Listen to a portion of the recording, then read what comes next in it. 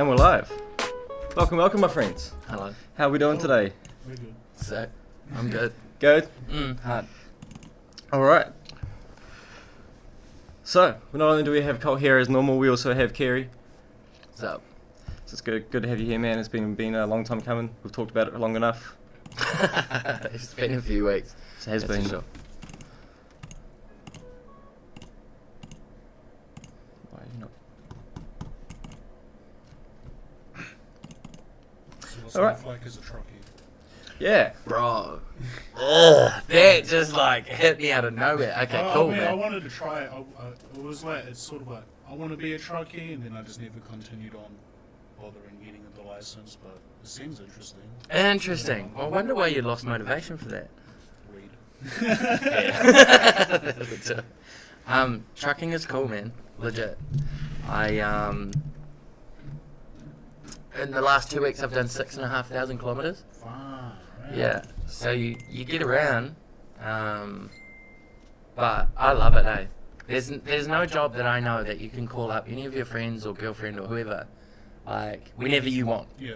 So long as, like, you're not in the middle of loading and stuff, I suppose. But yeah, so I go Christchurch to Auckland and pretty much everywhere in between. How often do you do that run? So I'm floating. Yeah. So I don't have a set run. Oh, okay. So just Basically- whenever it's needed. Yeah, well, I start in Wellington. At the moment, I'm loaded for Auckland. So I'll arrive in Auckland on Monday morning, and I'll call dispatch, and I'll be like, yo, got a load for me? And they'll be like, yep, head to here, and I'll load up, and they'll be like, you're going to Christchurch. I'm like, sweet. And then I'll end in Christchurch, and I'll call dispatch, and I'll be like, yo, what's good? And they'll be like, we need you to go to Tauranga now. I'm like, okay, sweet. We'll load up, go to Tauranga. Yeah. Oh, Yeah. good. Yeah, it's pretty That's sick. amazing. So what kind of stuff do you freight? It's general. So I do general freight, anything that'll fit in the curtains. Yep. Yeah, like, so food produce and stuff, we'll take that to, like, Countdown distribution groups Yep. and stuff. Yeah. So I'm Same. part of the supply chain. Yeah, me. No, Oh. I had an uncle who used to do that. He did that for many years, just up and down the country delivering food produce and shit every day. Mm. Yeah, no, it's mean. Did you get in, did you go with him? I had a couple times. Oh, yeah. Had been with him a couple times when I was younger. It was quite cool. I love trucks. I love diesels. They're sick. That's why I got my diesel ute. What's your diesel ute? What? I didn't know you had a ute. It's the same as this one here. Is it actual? Yeah. It looks like that. It looks exactly like that. This shows how much we don't hang out. Oh, man. It's up We on need to get to know you so much better. Wow, that's cool. Yep. We can put it on your truck, you could bring it back down. If there's room, absolutely. Like, Shit. that's the thing. That's the That thing could about being happen. mates with a truckie that goes Yeah. everywhere. You know? Yeah. There you go. I said to all my super mates, actually, I've carted a couple of super hatches and car parts all over the country. Like, they've gone, oh, can you pick something up in Wellington and take it to Auckland? I'm like, yeah, bro, no problem. And I just put it in the cab of my truck. Like, it's all good. Oh, you're just going to chuck the D21 in the cab? Yeah. But it's really And the sick. bike. It's kind of like living a bit like a gypsy, really. Like, I've got a fridge in my truck, and I've got a pantry in my truck. I've got little cupboards and shit for everything. Yep. Put my clothes in one cupboard, put my towels and, like, hygiene products and shit in another one, and then my laundry goes in another one. And, Yeah. it's a lifestyle difference, and I really like that. Like, I've always believed that you shouldn't just live your life the way society expects you to. hmm Just because society expects you to. Like, fuck that, man. Yeah. That's so limiting, you know? Yeah. Who wrote those rules anyway? Exactly. Some Exactly. old people. Yeah, so I don't Some know. old people way back. Yeah, probably. Well, I mean, I suppose it is an old school thing, eh? It is. Everyone had to run by a tradition because no one was led by themselves. Everyone was led by a greater thing. Yeah. So everything was set out for them on how to do, and it just kind of stayed that way. Yeah. Everyone got used to that fact with the things that no one cared about, Mm. like how we look every day, Mm. how you're meant to look every day. Mm. You know, it just stayed tradition, Yeah. but no one seems to care anymore, which is a good thing because we're breaking out of it. No one seems to care as in the new lot of people that are coming into the world sure. Yeah. as realizing why do we need to care about this anymore? It's more hassle to care than not. You should care about it for yourself. That's what I think. Yeah, Like- you should care about what you do for yourself. Exactly, 100%. There's a conservativity is like, I understand it, but it's not a personality trait that I like to embrace because I'm just like, oh, that's so self-restricting. Like, Yeah. why would you do that? But so there's a guy in Christchurch that I delivered to this one time, and I jumped out of my truck and I never had hassles about the green hair since, like before this. Yeah. And he's like, whoa. And I was like, you like that, eh? And he was like, oh yeah, it's different. But like in his eyes and his body language, you could tell like, he was like, holy shit, man, this guy's like crazy. Like he's dyed his hair green. Yeah. But that in and of itself, like, why? Yeah. Just because I've changed my hair color? Like, you serious? Yeah. Something as small as It's I'm still so the same crazy. person. It's so crazy, man. Like I was restricted as a kid by my father to have my hair long. I wasn't allowed to grow it long.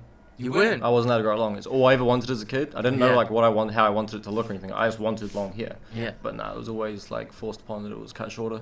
Yeah. I always ended up with just this like bushy, melody looking hair that wasn't actually long. It just came down to like here. Yeah. So yeah, like I was restricted on that for so long because guys don't have long hair. Yeah. And Yeah, traditionalism. Yeah. Yeah. I was with that for so long. Man, that sucks to live so, like, I'm sorry for you for that. That sucks. No, I'm out of it now. So Hard. But doesn't, like, the strict regime of old school, like, enforce this, I don't know, desire to want it more? Like, for example, like, your dad was like, no, you're not allowed short hair. And now you're growing your hair out. yeah. Like, because you're like, yeah, me. Yeah. Like, now I that can. is very much the case as well, which is why every generation's been like rebelized to the generation beforehand. Yeah. It's because they've tried to do the opposite of what they were told. Yeah. Yeah. I don't know that. I do see a purpose in keeping yourself looking tidy. Like, I don't care if you have green hair or yellow hair or pink hair or whatever, long hair, short hair, half and half, like, fuck, suit yourself. Yeah. But if it's, like, if you've embraced your own personal hygiene to the point where it looks nice and you feel good within yourself, me, shit, Yeah. cool. Like, that's what I care about. I Yeah. don't care about the colour of your Yeah, hair. no. I care about you looking after yourself. That You know? is exactly it. Yeah. Um, I was just listening, but yeah, I totally agree with all of that. Actually, Aaron said to me the other day that he wants to get into truck driving more. He wants to be long hauling. Yeah. I was like, in my head, whenever back in the day when I started my transport career, I was like, yeah, I want this, and I was super blinded to the realities of living life on the road. Yeah. And it wasn't until I experienced it now and have for the last couple of years that like it's got its underbelly. It's absolutely got its underbelly. You're exposed to a lot of old school people because most truckies nowadays are reaching their 60s. You know, we're gonna have a very big problem in the supply chain within the next. I've noticed a lot of 5 to 10 truckies years. are old guys. Yeah. I noticed a lot of like the oversized trucks, the real big hauls are done by old guys. Yeah. Obviously been doing it for years. Yeah. I see it on the Rumataka Hill nearly every day because I'm Yeah. over there all the time. Yeah. And yeah, they're all just old people. You know, Mm. like, obviously they've been doing it for years, but surely there's going to get to a point where we're going to not have these experienced people anymore. And there's an added problem to it is that a lot of the younger truck drivers are very ego-driven because they see these big, mean trucks and they want to feel like the man. Yeah. We call them super truckers Yeah. in the industry. But these are guys that like will run their mouth and they say they know it and they can do this and they can do that and they can do this. No. You want to listen to the dude that's humble. Like, if there's a truck driver and he's like running his mouth, yeah, man, I'm the man, versus another truck driver who's just like, oh, yeah, I'll give it a go. Like, I'd trust him. Yeah. The guy that says he'd give it a go, not the guy Yeah. that, you know. Just Just has because. a hot head. Oh, yeah. Yeah. It's very easy to get ego about it. Like, I'll admit, like, I'll walk away from my truck, I'll park it up, and I'll go grab a coffee or something, and I turn around and I'm like, holy fuck. That's a big truck. I'd be driving that. Like, what? Little old me driving Yeah, that. whose idea was this? Like, Yeah. but no, it's super fun. I get heaps of time to listen to podcasts, which is a privilege that a lot of people don't get. And podcasts are quite long these days. You have to invest a bit of time in them. Yeah. But one thing I've learned on the road is that music does tend to run out unless you're like socializing a lot with a lot of different people, which I don't mind. Like, it gives me a varied. But a lot of people don't send me music, so if you want Yeah. to, you're more than welcome to. Because I'm like over my music. You know? Well, we should add them to the chat, to the drops one. because that's what we discovered. And between me, Aaron, Colt, and Stephen, and Tommy is in there as well. We just have this, like, it's called the drop to end all drops. Like, we just share D&B in there. Yeah, so I'm in. I'm so keen. And Stephen's in there every day because Stephen just sits at home and finds music. He loves it so much. He just scrolls through and he finds it, and then he'll send it to us. So all day we'll just get songs sent to us by him. And it's sick because we've always got new music if we need it. Because you're right, it does run out. You end up listening to the same things over and over and over again, especially with how the algorithms work on YouTube. Yeah. So this is why I'm not super fond of Facebook algorithms. Like, I understand why they're there. Yeah. But like, you only know what you know, and if you don't explore your boundaries, however uncomfortable they are, you won't learn get out more. Of this. Yeah, you'll only get to a certain point. Yeah.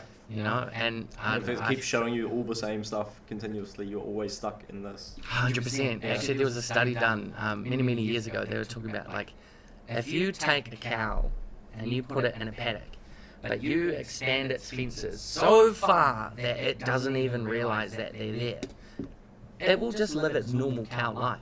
Yeah. As like just a normal wild cow would just live. Yeah. Until it finds the fence, and then it's like, oh, what the fuck is this? But it might only find one of the 4 sides. Yeah, hard. It'll be like, oh, I'll just go back that way. Yeah, turn around now, maybe I'll go the other way. Yeah, exactly.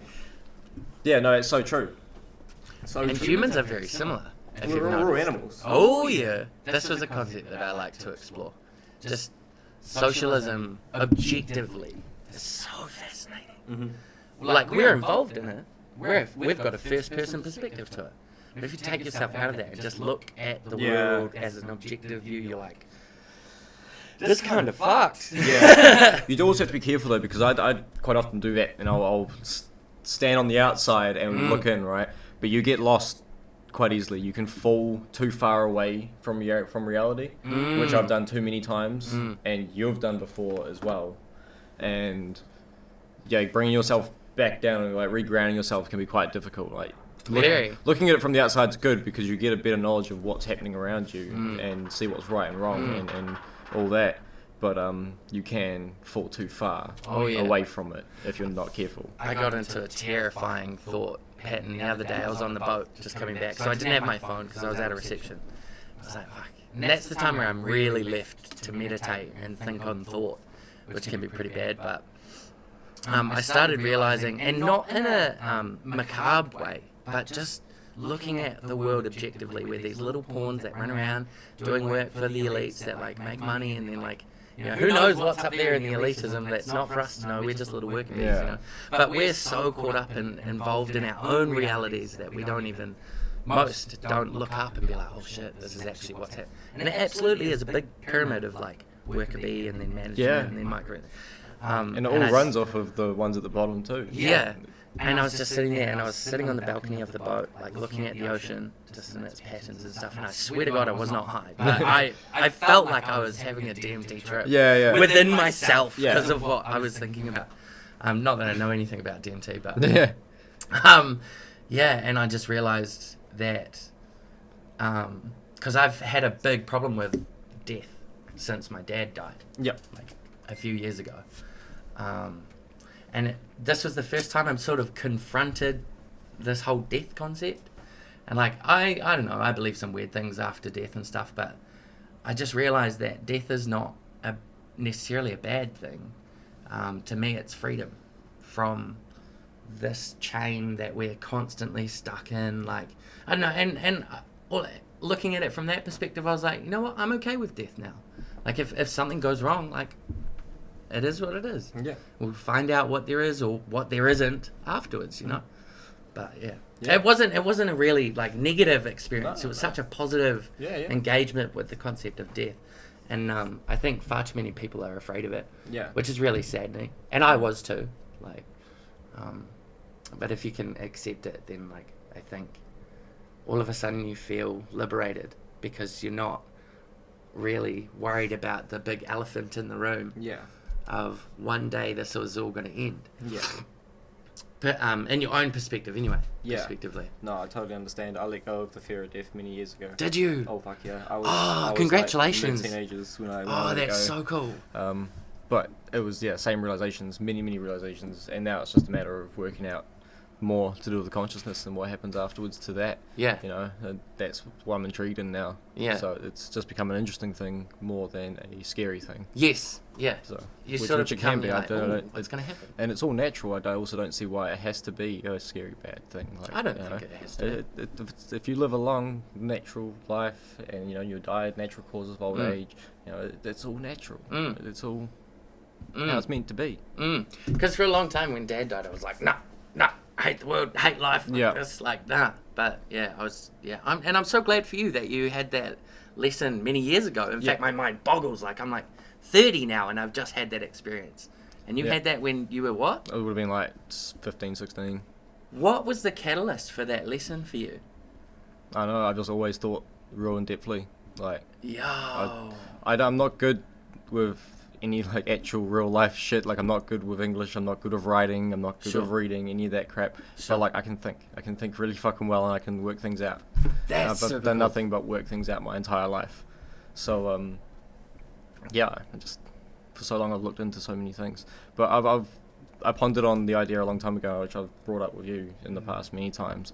It's like people like me and Colt, at the age we are already thinking like this. Like you said, you're baffled that I thought of all this and had I this am, experience dude. way before you did. Yeah. You know, and I know people from... That's no indication of my like perspective of your No, intelligence I know. either. Not at all. And I know people from the generation before yours that are only just working these things out now for them, and they're in their late 40s, 50s, you know, and it's taken them half their lifetime to work this out, and it took me a very small percentage of my lifetime, and same with Colt here, you know, so my theory behind all that is we're still evolving, but we're not evolving as much physically because we're at a good point physically for what we need.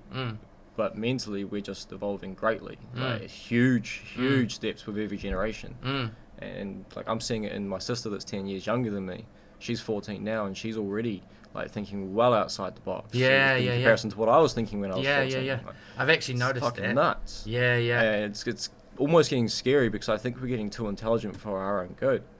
Because a lot of the times I've worked things out and worked out like some insane crap which has sent me into this massive like deep spiral, and I'm trapped in it and can't get out of it and stuff. And I'm there thinking, oh, I've got to put up with this for another 75 years of my life, like, and it's only but going to get more and more in depth. Like, it's crazy.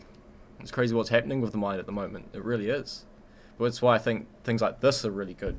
Because it took me 24 years to work out that I'm not the only person on this world thinking like this. No. Because for a long time I thought I was.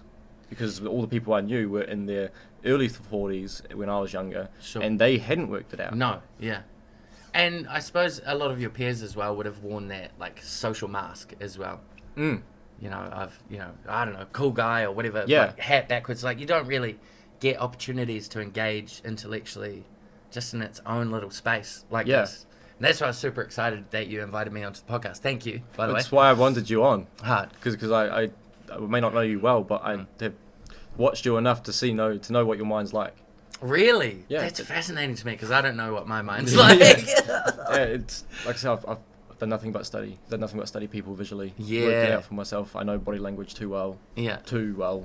That's all I can see. I can just see emotion pour off of people. I love that. That's so It's cool, but it does have its downfalls. Absolutely debilitating in the wrong places. Yeah. That's why I'm super fussy about who I choose around me, because, man, if someone's negative, that's gonna bring me way down. Like, and I'm like, nah, I just want to be happy, bro. Like, Yeah. you know. So I don't know, and I find it difficult when, like, you're developing a friendship with someone, and then I don't know, they go through a bad life spot, and you're just like, shit. I want to help you, but I don't know how, and I feel like that makes me a shit friend. But I want you to know that I like care about you, and you're my you're not just an acquaintance. But I don't know how to deal with your situation. Yeah. I've found that a really difficult thing about maintaining friendships. Yeah. At what point do you sort of raise your hand and be like, I surrender. Sorry, I don't know how to help. I don't know. I suppose that's an ego thing, though. I'm at that point with a lot of people. Like, I'm offering common knowledge life advice shit, because like I don't really know how to deal with the situation you guys are in, because I've never had to deal with that so far. And if you're in the situation I'm in, I can't really tell you how to deal with that at the moment, because I don't know how to deal with it. Yeah, exactly. Exactly. Man, sociology is such a fascinating subject. When I was a kid, I was diagnosed with, I was on the spectrum, and diagnosed with like a list of shit, like ADHD and ODD and all sorts of these like weird things, which made me for a very difficult child. But yeah, so ever since I was a kid, because I didn't get it, because I didn't understand how social structures work and their normality, it made me super intrigued and like built a desire to learn that. Yeah. And so psychology and sociology have been things that I've, like any podcast that comes up, I'm like, must learn. And I feel like operating or being high functioning is not an unlearnable thing. Like, we can all learn it, but it's learnable because it's not human nature. Yeah. If that makes sense? Yeah. No, I understand what you mean. Yeah. Yeah, no, totally understand what you mean. Like, somebody at one point or another decided, you know, this is how society is going to function. You're going to go to church because we're going to control you and blah, blah, blah, like whatever. And this is how you're going to live now. And it's a rule book. You can live by the rules if you want or not. It's up to you. It's your life. You can be a murderer, criminal, like whatever you want. Like, I wouldn't advise it, but like... No, well, there is consequences of what comes out of what you do, but you can if you want. You know, not saying you should, definitely not saying you should, but, you know, you can do anything you want. Just some things come out of what you do and some things 100%, don't. 100%. Sometimes good things come out of what you do and sometimes bad things do. Emotions are a fascinating one too, for me. Oh, yeah. Like, that's a really interesting... I love to watch people objectively when they're dealing with things like fear. And I know that's really unfair because I should be there for them in a humanitarian perspective. Like, I should be like, oh man, it's all good. But like, I sort of take a step back and I'm like, Witnessing it's quite interesting. I can learn from what you're doing now. Like, you're afraid because... And it's mostly assumption, but like, it's not hard to put one and one together. Yes. You know, like, especially with fear. Yeah. Fear is such a fascinating thing in humans. And it's so debilitating too. Like, a lot of people that I talk to, if I say to them, oh, do you want to go skydiving? Anyone that says, oh, nah, fuck that, I'm like, ooh, that's interesting. What do you have to learn in that fear? Like, what can that resistance teach you about your life or what you need to move in from? A friend of mine many years ago, I didn't really get into a personal growth level until a friend of mine turned around one day and he said to me, and I'll never forget this advice in my life, it's giving me goosebumps actually to say, he said, anytime you encounter resistance in your life, no matter what it is, whether it's emotional or mental or challenges your morals or your beliefs or whatever, if there's resistance within you, pay attention to that. Because there's something in there that you can grow from. Yeah. I was like, holy shit. Yeah. And then like a mate of mine was like, oh, do you want to come to Bali for like a 10-day holiday? And like years before I was like, no, I'm never going overseas traveling until I have a partner because I feel like I should live that life with that partner and share those memories. But after realizing that that was a bit of resistance there, I was like, fuck it, let's go to Bali. Like, why not, man? Sweet. And I did, and I had the most fantastic time of my life. And one of my favorite people in the entire world, I say people objectively, but Will Smith. Yes. And his ideology on fear is so fascinating, and everything he says is so true. People are super controlled by fear, and if they just let go of that fear, their lives would... Yeah, they might take a hit or two, but their lives would improve greatly. Yeah, well, the emotion fear, I guess it's an emotion that's part of human nature, but it can be controlled, right? It's a choice. You can choose to be fearful of something. It's the same with stress and disappointment. You choose to do those things. Yeah. You know, you choose to be disappointed in something. Yes. You choose to be stressed about something. You can choose not to. It's just easier to choose to. Yeah. Oh, it's so much right? easier. So it's the exact same with fear. You can choose not to be scared of doing something. Or you can choose to be by overthinking it. But that's not to say that the symptoms of those chemicals aren't there. And I think this is where the communication like gets misunderstood by people that are like, oh, you shouldn't be saying you shouldn't be afraid. Like, you know, fear is valid. Like, and I'm like, yes, it is. The chemicals coursing through your brain and your body causing you to have like hyperventilate and feel uncomfortable. Totally, that exists, and I'm on board with that. But you can change that if you want to. Exactly. Having fear is definitely a thing that is needed in the body, right? And you can have a moment where you feel that come on and go, okay, this is this is a sticky situation, a dodgy situation, you know. Why am I scared of this? Then work that out, and then work out how to overcome that, and then work out, okay, sweet, so I could do it like this, and there's my choice to not be scared anymore. You know, you can do it, you just got to listen to yourself. You know, read your body. And remove yourself from the symptoms of those feelings, which, like, as soon as I started practicing this through and from meditation, I was like, I've unlocked, or what I felt like I've unlocked a secret to the universe, that I can control my emotions? Like, what? Yeah. This is like a superpower. And there are people out there that are still very reactive to their emotions. Yeah. And I'm like, I need to tell you the secret. Yeah. That you can control them. Yes. You can control your emotions. the difficult side of that is, yes, it does enforce accountability. Yeah. That, like, all of the, not all, but most of the, like, emotionally tense situations that you've found yourself in, you've kind of allowed yourself to be in that. Yeah. You know, and that can be really challenging for people because they're like, no, that's not my fault. And I'm like, no, I'm not saying it's your fault, but you allowed yourself to carry on. Yeah. You know? Yeah. It's so hard to keep a balance over everything that you need to do to balance your emotions out, because you can't just stop not having those emotions, because you can just not have those emotions. You can choose not to completely, and then you stop having them. But obviously the chemicals are still there, and it literally just bottles up and gets bigger and bigger and bigger. Eventually it will come out. So you can't just block your emotions. That doesn't work either. So, you know, you got to actually listen to your body in every aspect and work out exactly what you need for everything, which is a daunting task, but in the long run it is so much better and works. There's so much in life that, like, it's so hard to be a human, man. Yeah. Like, With there's this- so many things. With like, this amount of intelligence, being a human is fucking impossible. It it's is almost so better hard. to be, like, ignorant, hey? Like, Yeah. just Yeah, if we were just fucking sheep, bro, like, Yeah. and we knew nothing, like, Yeah. it would be so much easier, because we wouldn't care. But But the this- fact that we care, Yeah. it makes it so much harder. Yeah, and this is sort of what I was listening to an Alan Watts philosophical lecture the other day. He's one of my favourite philosophers, He's good. just because he's so clear with what he says, Yeah. and his words that he chooses. Like, You know how old he was when he did those lectures? wasn't he like 60? No, he was way younger. He was real young when he did the Cut lectures. it out. Yeah, he was like in his like late 30s, 40s. Like, Really? When he did those lectures. Whoa! I thought he was in his 60s too, but he was actually way younger. Maybe we should go and do lectures. Like, it's insane. He was pretty young, from what I understand. Like, I'm pretty sure that's right. But yeah, That's fascinating to me.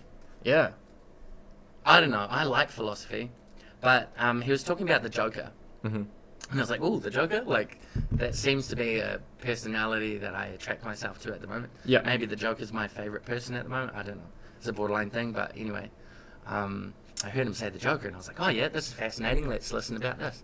He was talking about, metaphorically, the Joker being the type of person that can play all of the roles. And I was like, oh, that's me. I'm jack of all trades. I can do all sorts of shit. Like, you know, and he's like talking about how this person in society is the type of person that you kind of don't need to be afraid of, but they can really be whatever they want to be. And I was like, everyone can be what they want to be. And he's like, when you get to a point in your life when you realize, when you sort of look at life objectively and you realize it for what it is, I'm going to just cogs in a machine.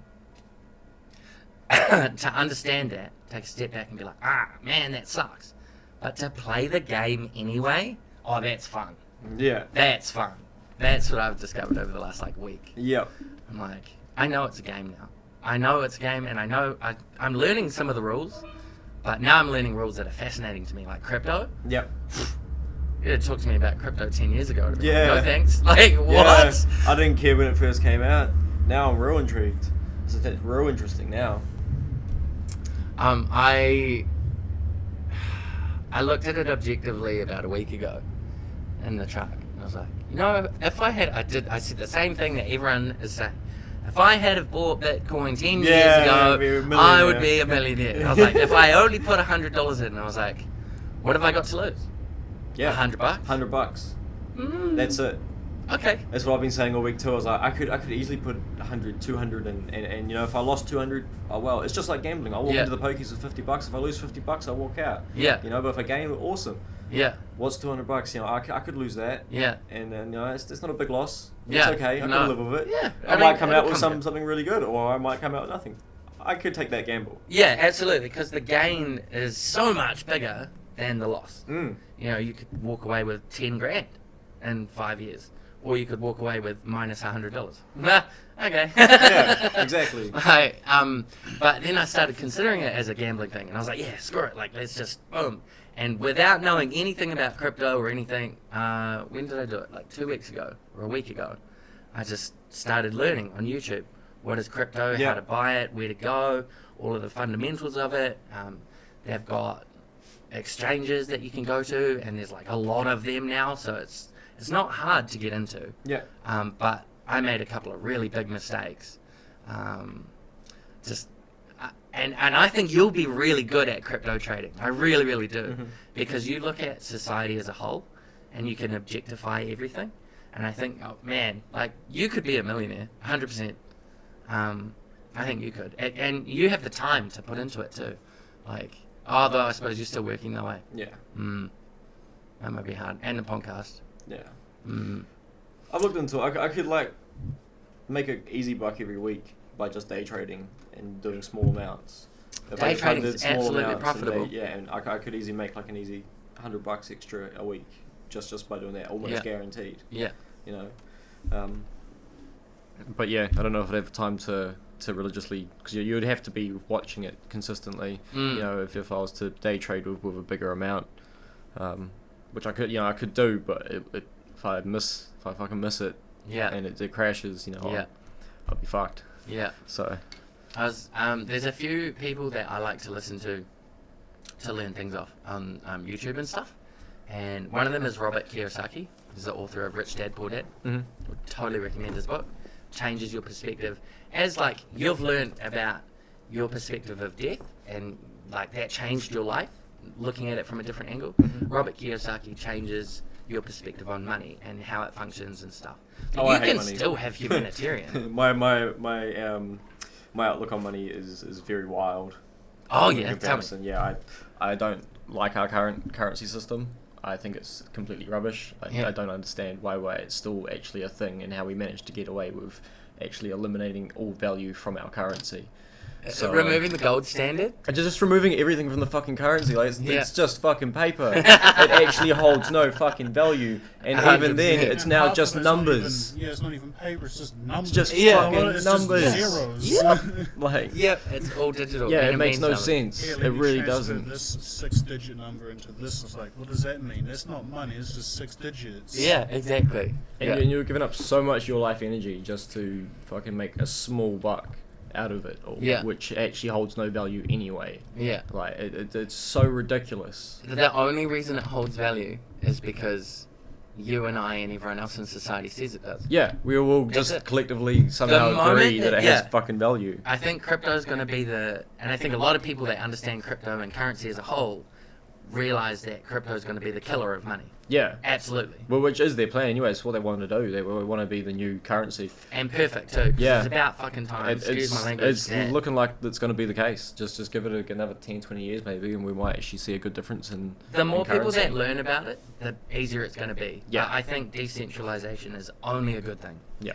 And it's part of why the economy keeps crashing pretty much at least every, 5-10 years consistently over the last 20, 30 years, because inflation's a thing. And inflation's the thing because the gold standard's not a thing anymore. Yeah. And so it's just literally they're printing money, so it means nothing. Like, Yeah, it means absolutely nothing. That's it. It's so fucking ridiculous. So yeah, I believe there has to be a change. I don't know if crypto is 100% the way to go, but it's definitely a good fucking start.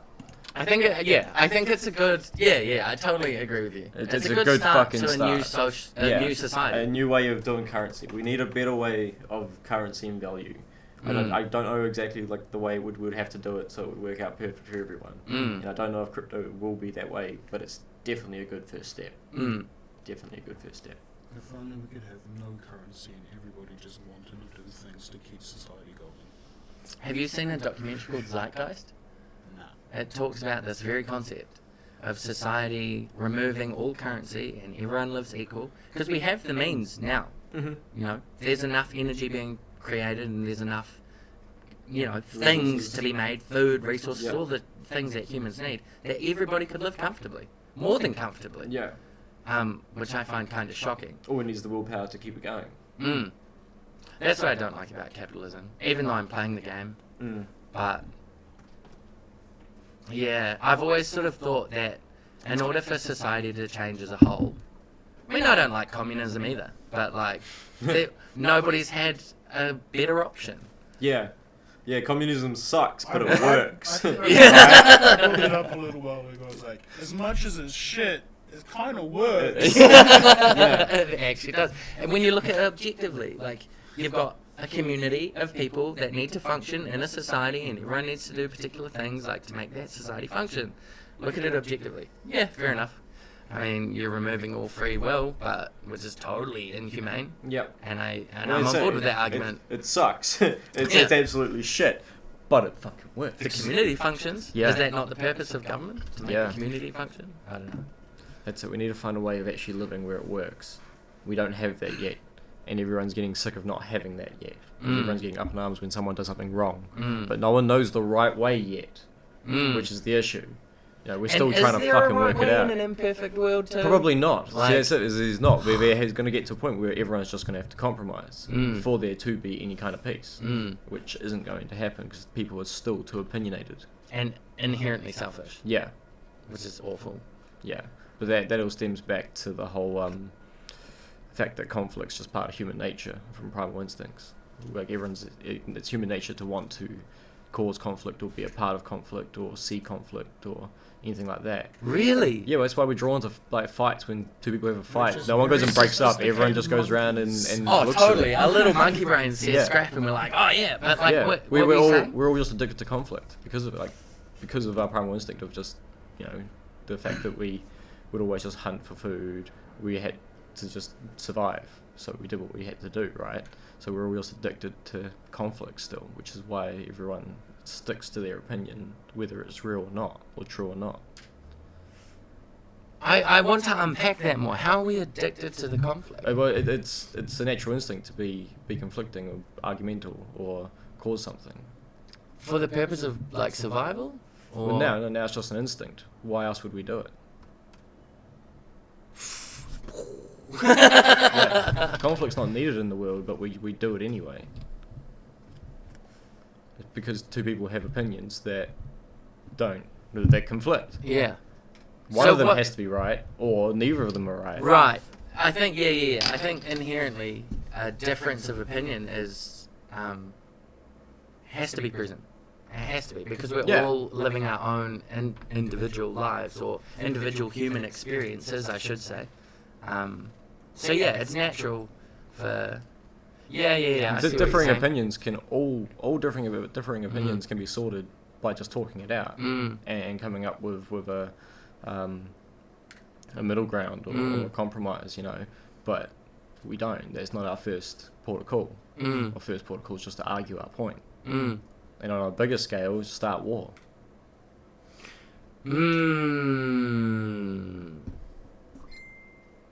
Yeah. I don't get what I want, I take it by force. Yeah. I hate arguments. I hate people yelling. I hate all that shit. Like, I've never been a fan of it since a young kid. I don't argue.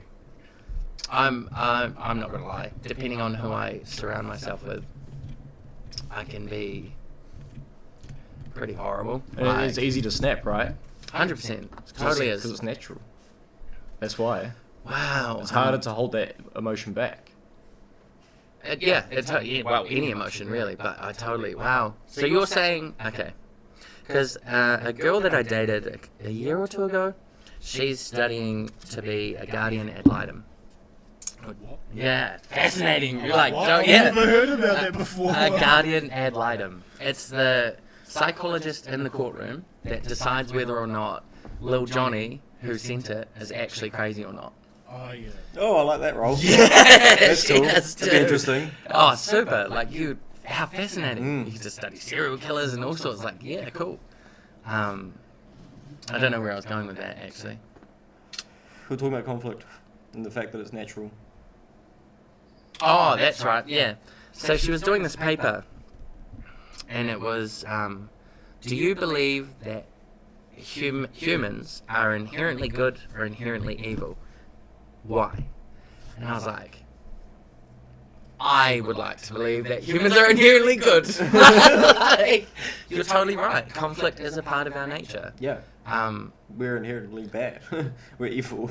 But, like, that brings into... Oh, I feel deja vu now. That brings... Because I was having this conversation in my head in the truck at one point. I was like, that brings into question morals. Because what's right and wrong? Is it wrong to punch someone over the face and steal his girlfriend? Well, in caveman times it wasn't. No, that's it. Right and wrong is just part of society. Yeah. There is no right and wrong, No. but there is in amongst society. Absolutely. Right. Oh. So When you go, all of a sudden you're like, there is no right and wrong. You're like, what? there isn't once you step outside of society. Yes. Because unfortunately, there's nowhere we can step anymore that is outside of society. You're consistently stepping into a form of society. Yeah. There's nowhere we can go anymore that doesn't have one. It makes me wonder what Mars is going to be like. Yeah, well, currently there's no society. Yeah. It's a That's why there's a clean race to slate. get there. Fresh cap. Because whoever gets there first can build their society. But can they? And what gives them the right? I think we should be asking these Well, questions. because no one owns it, right? Yeah, but what gives them the right? Like, shouldn't... I don't know. Well, no one had a Then right you're back in the projecting day, your own- right? Yeah. Back in the day, they just did the same thing with land. We're just Sure. now getting new land. Sure. Right? Yeah, sure, totally. So it's working So in do the you same think- thing. Do you think humanity will change it all on Mars? Probably not. Probably not. We'll fuck that planet up Probably too. Wars on there. It's like, Yeah. I don't like the way this is being run anymore. There'll be Mm. borders. Say Elon Musk goes in, and then one person goes up and is like, I don't like the way this is being run, and they're stronger than Elon Musk and start taking over the way that he's trying to develop Mars. That's brought into a really fascinating light. So then the human race is inherently democratic. Yeah. Yes? Is that a natural thing? I feel like that's a natural thing. If you don't like Yes, something, the young up-and-coming alpha challenges the chief of it and then beats him up or doesn't. Yeah. Like, Yep. Yeah, essentially that's all it is. whoa! That's all it's been. But we've only just recently become that self-aware. Mm. Like very recently. Like within the past 50 years, we've become this self-aware as a race. Yep. I'm with you. Yeah. When we start questioning stuff. Yeah. And the 50s, 60s, 70s, all of a sudden it was completely apparent. You look at Woodstock and Yeah. like, Right after the 60s. yeah. When everyone started doing things like shrooms. And then it sort of went away. I suppose that was the drug prohibition, wasn't it? Yep. Yeah. And now it's coming back. So they tried, I say they. They tried. The elitists tried to stop the awakening of Yeah. the human society. Yeah, didn't they? essentially. Oh, that's And it's fascinating. only starting to happen again now. Yeah. Oh, do you think the prohibition in some kind of way is going to come back then? Or is I- it too big now? They I don't can't stop know. it?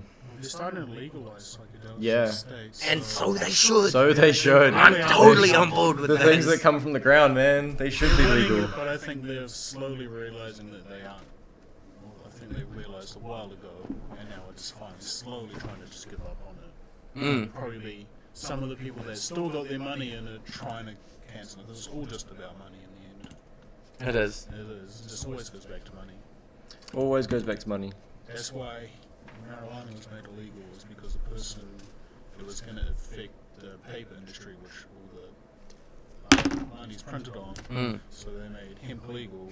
Because they didn't want to print it on me. Yeah, they Because he was call. in the paper industry, which all the money goes to. So, Right. Yeah, and the word It's still marijuana. affecting us now. The word. It's disgusting. That word marijuana was invented then because they needed two words to separate the legal and illegal, even Right. though it was the exact same fucking thing. Yeah. I've always wondered that. I'm like, But why is yeah, it? there's no difference. It's the same plant. It's just hemp. It's just the hemp was the legal, sustainable version they could use to print things or make clothing or anything out of, and then marijuana is the illegal drug. Mm. But it's the same fucking thing. Mm. Let's come up with a legal name for it. Mm. Mm. I have no problems about talking about this, but I've had shrooms before, once. That was an incredibly enlightening experience. Mm. Friend, like, and I'd done stupid stuff before, like weed and whatever else, like, you know, back in the days, and I always thought that I was cool because I was a young dude doing this and doing that, but I don't know. When I discovered psychedelics, and people are like, oh, what was it like? I'm like, you know that stuff in the back of your head that you just push to the back because it's too big or too scary or too, like, whatever. when you're on shrooms, like that stuff comes way to the front. Yeah. And you have to confront it now. Yeah.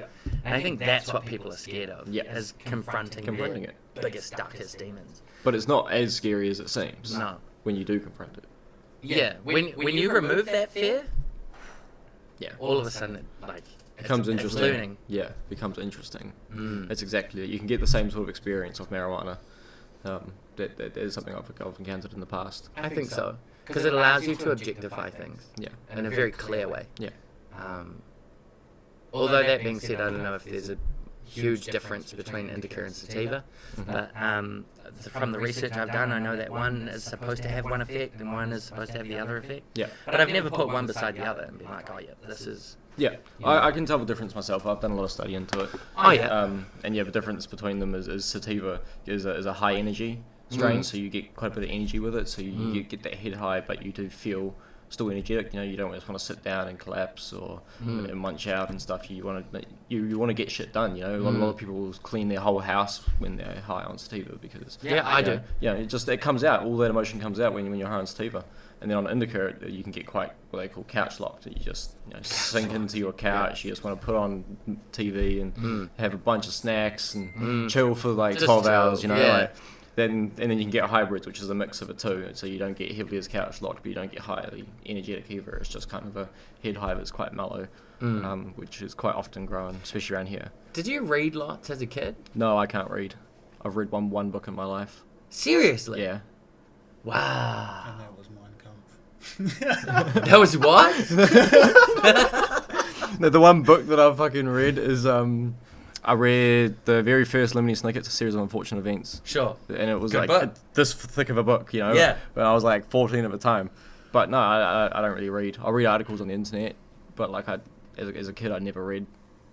Wow. I was just always on the computer, So where did you find your desire for knowledge then?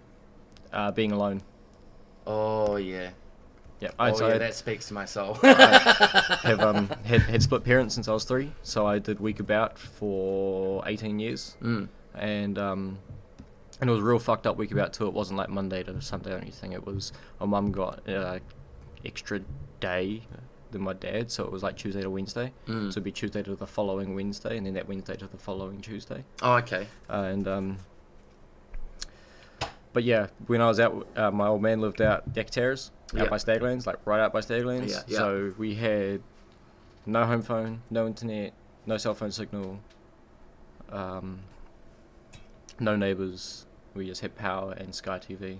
So like, and just a, kind of a fair amount of land, but it wasn't really flat, and most of it was covered in bush. So I spent my like every second week just alone out there. So I just spent majority of the time walking around and pondering the world.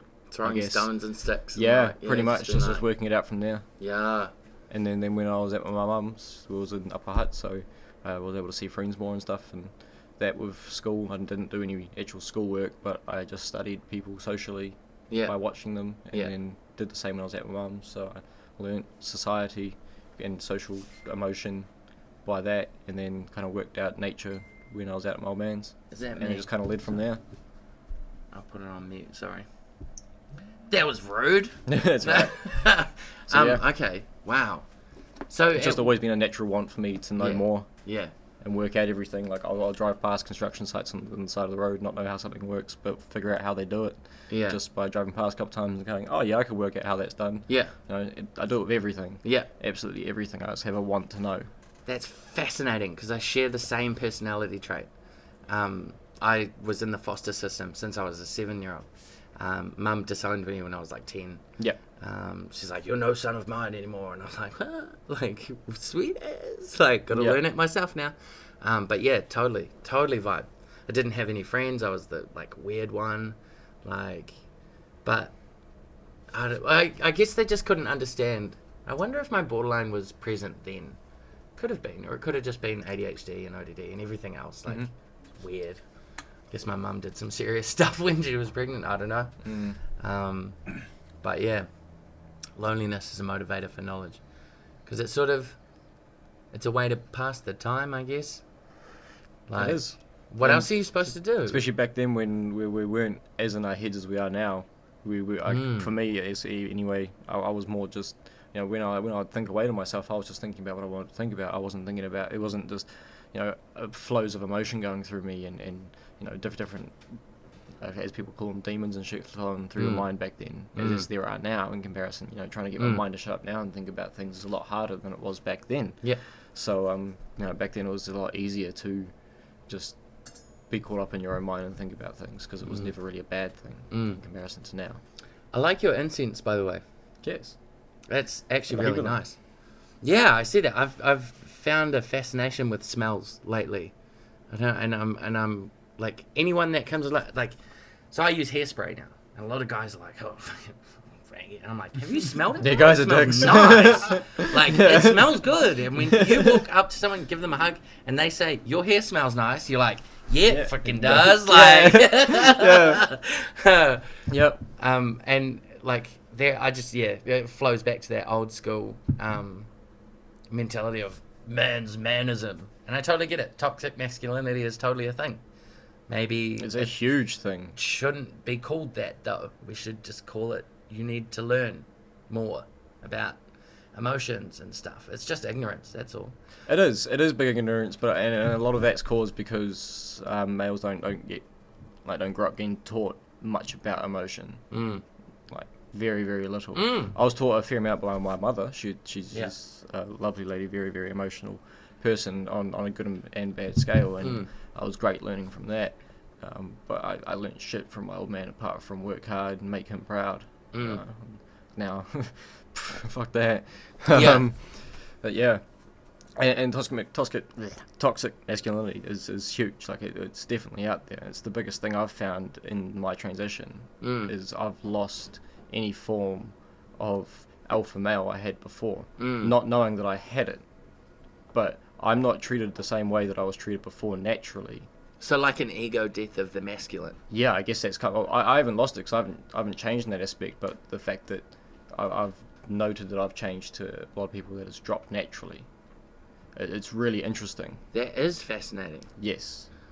You go to drags and you have a look around and you watch all the females follow the males. Sure. No, I've seen It's that. very, very rarely the other way around. Mm. No one really clicks to the fact that it's just masculinity rules it all. It's very, very alpha. Well, I think it's that way because there are obviously like masculine traits, just as there are la and le in the French language. You know, there are just masculine traits about a thing. Yeah. Leadership is a very masculine quality. Yep. Yo. Someone needs to move their car. Oh, that'd be yours. Okay. Sorry. Oh, yeah, It's the okay. silver one. What? Yeah, no, sweetie's coming. Sorry. No, I do not. Oh, in my jacket actually. Wasn't sure where to park. Yeah, normally it's okay, but I apologise. that's alright. Kelly actually asked me, where should I park? I was like, park over there. Next to your car. Yeah, normally that's okay. I'm guessing it's that not. Oh, okay. Someone just needs to genuinely get past. That's right. Yeah. I was worried that he was gonna care. That's right. No, I know what you were trying to say before as well. Like, yeah, obviously it's not with absolutely everything in the world that's like that, but it is with a great deal of things, and it's something that it came to me as quite a surprise. It's something I lost because I never knew I had it. So it was very interesting. Do you think you've lost your masculine traits? I haven't lost them. I've just lost them in other people's eyes. If that makes sense. Because of the outward. Yeah. That's fascinating. Which is fine, because that's obviously I prefer that, because it means I'm slowly getting naturally treated how I would have normally. Right. Right. But it's just interesting seeing the change, Yeah. because it's something I didn't realize I had before at all. But Yeah, now yeah. that it's gone, it's really interesting that I'm now aware that I had that, and it's like, holy fuck, and now I can see that in a great deal of society. That's fascinating. It's real fascinating. There's many things like that I've noticed during this change. It's really interesting. I a while ago I had a conversation with you about that, and I wanted to confront that at some point, so I might as well do it now on a podcast. Like, I came to you and I said, I think I know I'm different. Yeah, and yeah. You're like, oh, okay, sweet. Well, like, let's figure that out. And we had a bit of a conversation about that. Yeah. And we arrived at the conclusion that I was definitely gender fluid, but maybe further, we're not sure. Yeah. And I'd like to explore that. Yeah, I started at non-binary. Yeah. You said in that conversation, Yeah. I loved that. I was like, oh, cool. So I don't have to go You have like to- lean right into No, it, kind of fuck thing. no. But what I discovered is that I still don't know. I entertain the idea, Yeah. but then I'm like, well, what's the need? Like, why do I need that? And I'm like, I don't. Yeah. Why do I want that? And I'm like, I just want to feel myself. I want to be myself. Yeah. And I'm still figuring out who that is because I have borderline personality disorder. Yeah. I've brought it up a couple of times very briefly, but Yeah, I want to ask you about that because I want to know more. I've learned a little Yeah. bit and looked into it since realizing that that's what you came to the conclusion of. So yeah, I wouldn't mind knowing more. it's basically, so people are like, oh, why do they call it borderline? It's because people think it's because you're on the borderline of crazy. No, you're on the borderline between two crazies.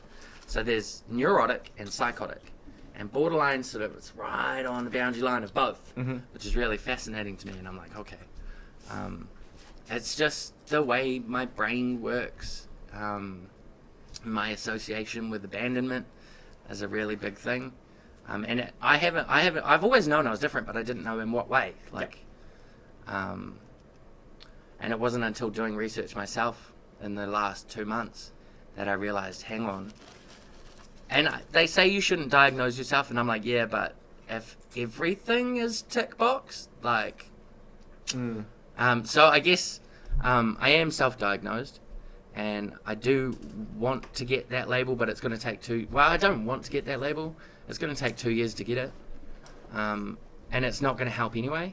Yeah. Like, not really. If I know who I am, and I can tell other people who I am, and I know things or tools that I can give other people to help them deal with me, why do I need to go to a psychiatrist to get a fucking signatory on that? Yeah.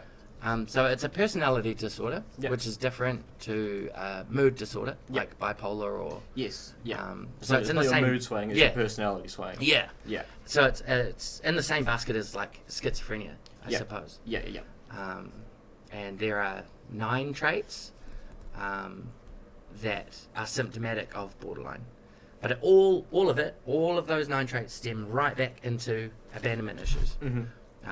So it's all tied up in that. But from the research I've done, there's not much you can do about it besides cognitive behavioral therapy. But one of those things which is basically just like breathing exercises, but in a more advanced way. Yeah. And I'm like, well, I know how to keep myself calm. So, I do find myself in challenging situations. But a couple of the really interesting traits of a borderline is I mirror people's personalities. All subconscious function. So you'll notice, just watch me as I'm at drags, and as a new person comes along, my entire persona changes. Oh yeah, I noticed that. Yeah. Yeah. Like, an islander will walk up to me, and I'll be like, "Sup, G?" Bro, yeah, you say watch you. I already have been. Have no, you? Not meant to be weird. I watch everyone. I wish I could watch myself. I feel like that would be so fascinating. It is. Yeah. Yeah, you should. And you can. You actually can look at yourself from an outside perspective. Are you talking about do quite dimensional often. realities and stuff? No, not quite. You can Oh. you can just do it by letting go of egos. So like and stigmas. So like when we grow up, we don't want to continue talking to ourselves as we did when we were younger. Guarantee you talk to yourself probably a lot now. I really do. Yeah. Lots. Yeah. Which is good.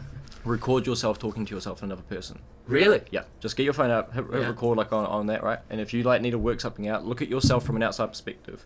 Be someone else approaching I can do yourself, and just like if you have like an issue or need or anything you need to like talk about, talk to that person, which is you, about that issue that they're having, which is the issue you're having, and you'll be able to read that and understand from an outside perspective what you're going through.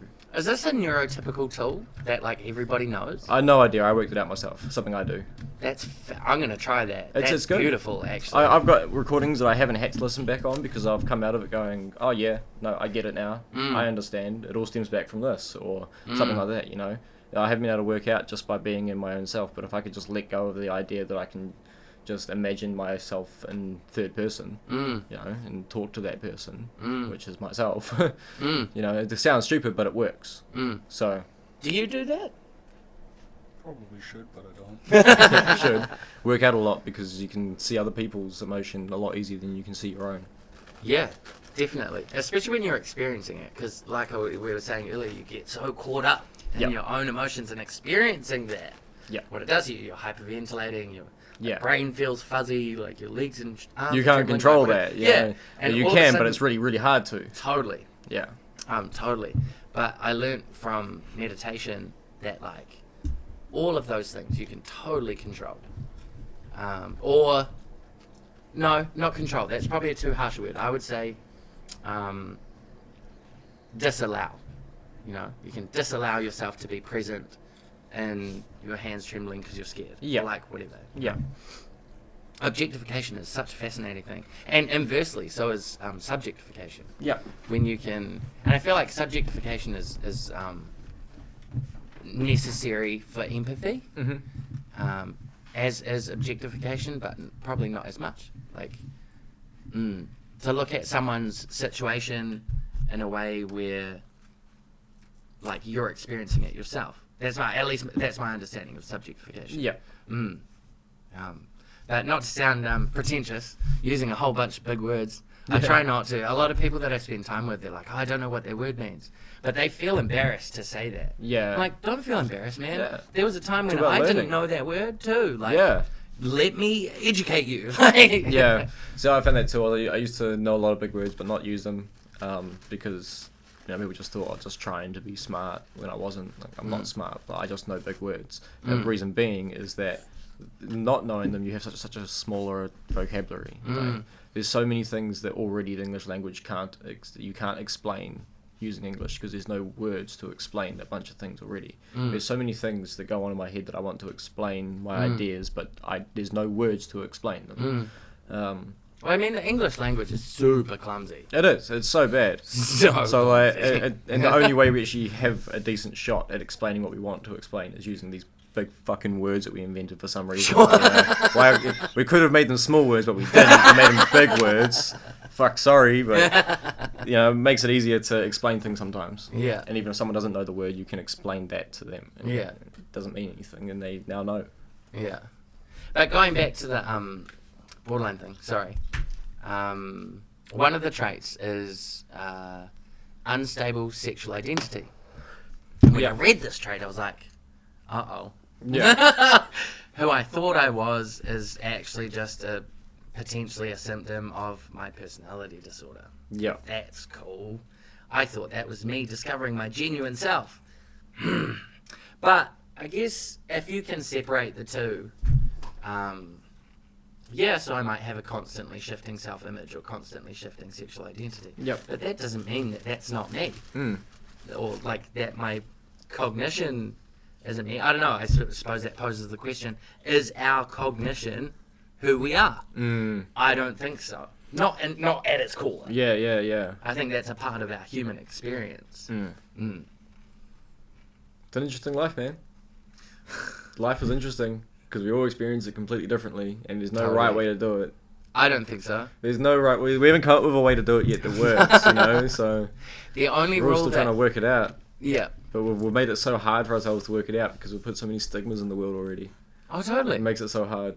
It's all about feeling important.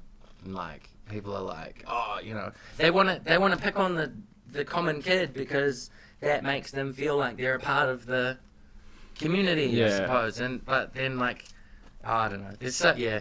Ah, World's a messed up place. it really is. It's man. just finding a way for it to work for yourself as it currently is until it gets better.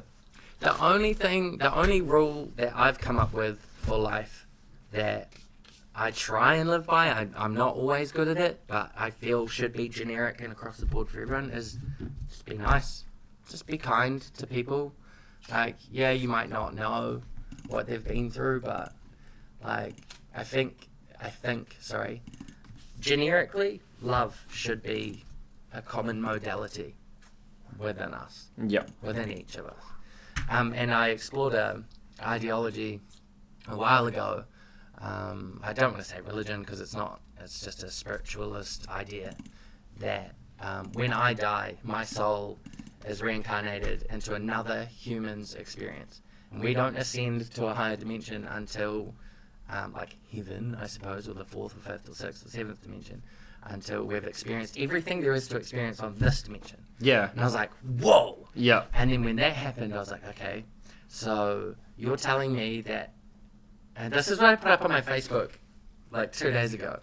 If I am I because you are you, and you are you because I am I, then I am not I, and you are not you. Yeah, I read because that. they're totally dependent on each other. Yeah. And so many people, I'm sure of it, so many people read that and they were like, what The fuck? Yeah, I read it and was like, bro, you realize that no one's gonna understand what you're saying. Yeah. I'm like, well, hopefully that creates enough curiosity for people to ask. Yeah. And then I'll be like, yeah, man. But for now, I'm just a raving lunatic on Facebook, and I'm okay with that. Like, fine, man. It's alright because when I see shit, I understand it. I know what you're trying to mean. You know, I can see it. That's why I can read people so easily, and even just through Facebook, because most people legit will just, when they share lots of shit, they share shit that has meaning to them. 100%. Right, so it just rubs off through that too. So I get to witness the personality traits of someone through every aspect, and that's what I do with my days. And it's not me like trying to be stalkerish and learn people for any malicious way or anything. Like, I learn people because I'm curious of how people work, because everyone works totally differently, and it's so curious to see. I absolutely love it. It's great. People are super fascinating. When I was younger, I used to do the old people watching at Macca's. You ever do that? That was always fun. Oh, yeah. Watch people. Just park up and just like create these fascinating scenarios in your head about their life and who they are. You totally don't know them or anything about them. But you just like watch them, how they order, and they're like, oh yeah, he goes to church on a Sunday, probably pays his taxes on time, and like, you know, all of these. Super cool. Super fun. It is fun. It's interesting. But when I learned that, I suppose I don't know, I suppose that implies that it's facts, really, doesn't it? But when I learned that perhaps my soul is reincarnated into another human experience, I was like, you know what? If I am you, or if I am Colt, or if I am Aaron, or whoever, why would I want to treat me badly? If that's me, and I'm going to experience that one day, whether I remember it or not, I don't want to put them through. I don't want to put me through pain. So why would I want to put him through pain? Yeah. And so I just try my best, but that gets me into trouble sometimes. That moral because of that mirroring trait of BPD. So if someone comes to me with hostility, I can bite back real hard. And it's not like, hey, you've seen it, yeah. And it's unfortunate because I know that that's not me. That's just my cognition reacting in that way. And I try my absolute best to like mitigate it. If I ever tell someone I need space, it's because I know that I'm transitioning in my head this weird shift personality-wise to a trait of theirs that I don't like and I don't want to see myself display. Yeah. Not saying that how they're behaving or what they're doing is inherently wrong, but I don't want to. Yeah, it's not what you want to. Yeah. Yeah, no, totally. I 100% agree. Fuck, where was I gonna? I was something gonna chuck in there. I can't remember now. Sorry. No, it's alright. Totally. It was to do with that. It just went blank. Yeah, nah, it's gone. Damn it. That's okay. But yeah, no, I do agree with what you're saying. It is fuck, that drink got me, eh? Did it? Yeah. Actually. I don't drink. Oh, I very, wow. very rarely drank. When was the last time you had a drink? A while ago. Oh, it would have been when we were up at Stevens. Would have been one of the last times I had a drink. It was a while ago. It's good stuff. Yeah. It is nice. Jack Daniel's Tennessee whiskey. I bought 2 of them up. One for you, if you wanted. I don't drink. I figured that might be the case. Then I'm like, shit. If I bring 2 in, I'm going to have to drink them both. But that's also a fascinating part of society, isn't it, too? Alcohol. Alcohol. Yeah. How cute. Humans like to get drunk. Yeah. Like, that's so adorable. These humans, like, get drunk off fermented fruit. And then, like, they stumble around and do funny things. Yeah, and, when like, you look at come it from the outside, it's fucking hilarious. Oh, it is. It's so fun. But it from the outside as well, it's fucking ridiculous that that's legal and marijuana isn't. right? I don't Yeah. like it because I'm not in control of myself. That's worse than weed. Okay, because you're not in control of yourself. Yeah, That's I an can't interesting control one. like what I do. Like, okay, say with weed, Yeah. I can get really high, but I can still function. I can't function with that. I like to function, and if I can't function, Yeah, I and get I that. don't like feel like shit the next day. Yeah, that's a big I one. barely get that with weed. That's fair. I like That's fair. I like getting drunk. Like, I like feeling fucking out of control. Like that's great. You know, I absolutely love it. I've been thrashed quite a few times, but I don't do it often. Yeah. And I didn't get into drinking until I was 21. I didn't drink before that. I was against it. Yeah, I hate feeling like shit the next day. So it's only on rare occasion that I'll drink, and it's also a waste of money because I'll spend like Totally is. $30-40 and it will be gone that night. Where What's necessarily a waste? Like, well, yeah, not so if much. you're doing it's it not- without it's intention. not a waste, but that's why I only do it very rarely because I couldn't do that Yeah. every weekend because I'll blow through more alcohol quicker Yeah. than I'll blow through any other substance. yeah, you yeah, know? yeah, totally. Yeah. Like, you can keep a 50 bag for ages. but, Yeah. Like, Yeah, maybe not that much. You, I drink. Lose it. I drink, but on like very rare occasions, like more like drinking days, like crate day. Or Yeah, Sure. It'll be for a reason. Yeah. Oh, yeah, And when yeah. I it's always just gonna be Jaeger, and I'll get like a liter, and I'll polish that off within a few hours, and then start sobering up after that pretty quickly. Yeah. Yeah, it's weird. I don't feel like I have a substance problem, but I know that I could pretty quickly and easily get into one. Yeah, I do. And that's why I would never ever touch like the real hard drugs. Yeah, yeah. Because I know that I have an addictive personality, and it'd be over for my life. Like, yeah. I'm against man-made drugs. I would never touch them myself. Totally. Anything man-made, no. But anything that grows from the ground, I'm pretty okay with. But like, I at this point in my life, like, I don't want to go anywhere near mushrooms, LSD. Like, Sure. I want to be in a better mind space and in the right mind space to do that. One point in time in my life, I do want to do mushrooms. I don't know when this will be. yeah, But one point in time, because I've got questions that I know I can get answers to from that, but Sure. I'm only going to be able to do it if I'm in the right state of mind. definitely. So like, I'm waiting until that day. I'll know that. I'll know when I'm ready, and it's not now, you know. But with like weed and stuff, you can easily get addicted to that. Yep. Not chemically, but you can get addicted to your routine of just consistently having it. Sure. And that can be quite daunting after quite some time because you start to lose concept of reality quite easily. One of the side effects of weed is that reality can seem not so real anymore, and But it's not real though. But it's that convincing that you could come up with a million theories on how you could almost prove that it's not real. Yeah. You know, quite easily. Oh, prove absolutely. That anything's real. But that is just the weed talking at the end of the day, unfortunately, which is also a good thing to remember. Yeah. Because too often you get caught up in the idea that it's not real, and that can send Sure. you on some really down spirals. But it's all about finding your peace with a substance if you are to use it, because it can be used Sure. in such a great way for so many great reasons. I've done a lot of study Yeah. into it, and if you use it the right way, it can help you Absolutely. greatly in many ways, many ways. Absolutely. I'm totally an endorser of that. And I'm also an endorser of don't allow yourself to be attempting these things if you are not ready. Or if you have any doubt at all in your mind that you're not ready. Yeah, Like if there's a part of you, any part of you that says, no, I probably shouldn't, don't do it. yeah, don't do it. Yeah. Only because that's going to come right at the front Exactly. and you're going to have a You're bad gonna have a trip. bad time. do your study on your drugs, on Yeah. your natural drugs, Yeah. and work out what you want to use it for. Totally. And Set how an you're gonna intention. use That's a it. good way. But like meditation, right? Yeah. Mm. Yeah, you can use everything to your advantage just if you use it the right way. Mm. That's it. I totally agree. It's really bad that I'm drinking a V right now because I'm supposed to be on like super watchful of my diet. Well, you know who wants to drink that blue V? Would you No. like it? No. Oh, I'm addicted to Would them. you like it? I'm so addicted to them, mate. you can have it if you No, want. no, it's all good. They are my worst addiction. Is a blue V. It's I'm my really bad. worst Have been addiction. bad for them. That's why I want to stop. Yeah. Because I'm like, my teeth are falling out now. Like, It's kind of affecting your health, bro. Might Yeah. want to rein back in the old, like, V. Yeah. And it's too easy. It tastes amazing. It's so good. It's nectar of It's the the gods. best, right? No, I'm in the same boat. I'm starting to lose teeth too. I've got holes everywhere. Wisdom out here is completely gone now, pretty much.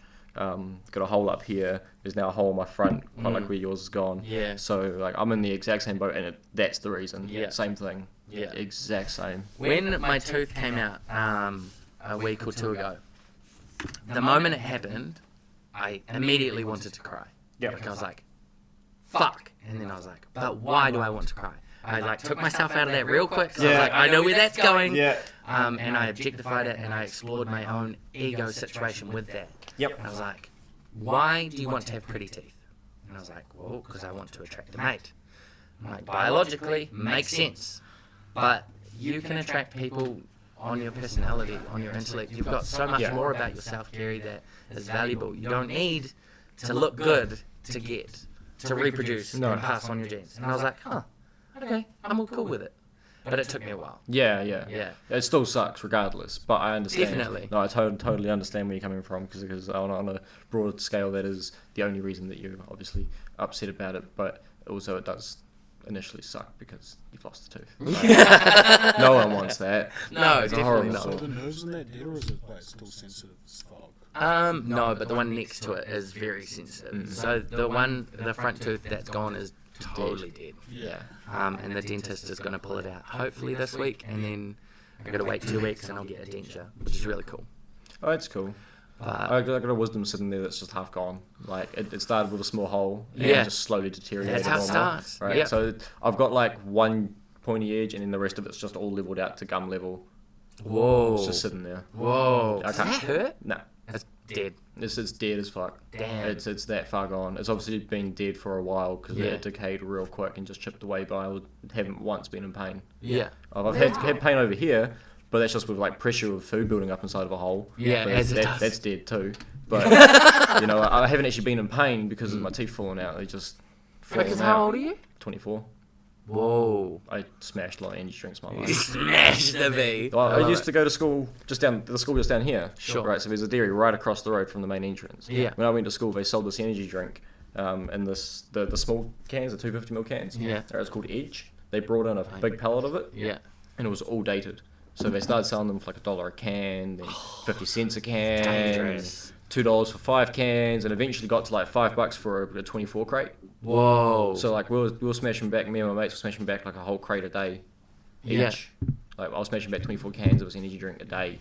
And, like, Damn. that's where my addiction to them started because my body started really relying on it for Yeah. energy, and why my teeth are fucked.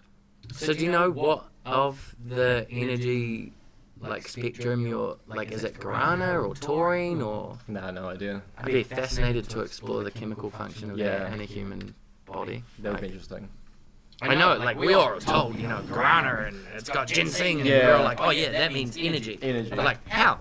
How does that manifest? Yeah, it would be really interesting to know that one. That's one I haven't looked into. I must do that. Because that's all a plant too, isn't it? Like it comes from a plant. Guarana taurine is a chemical found in the testicles of a bull. Yes. From what I know. Yeah. Don't quote me. I knew I'm that pretty that sure one that's was what the I know. weird one, but I knew Yeah. it. There's some other things about it, I'm pretty sure. It can be found in the testicles, but It's probably not where it's sourced. no, No. no. Like, I actually I looked into it, and I can't remember now because it was a while ago. But it wasn't all just bull testicles and stuff. Yeah. Yeah.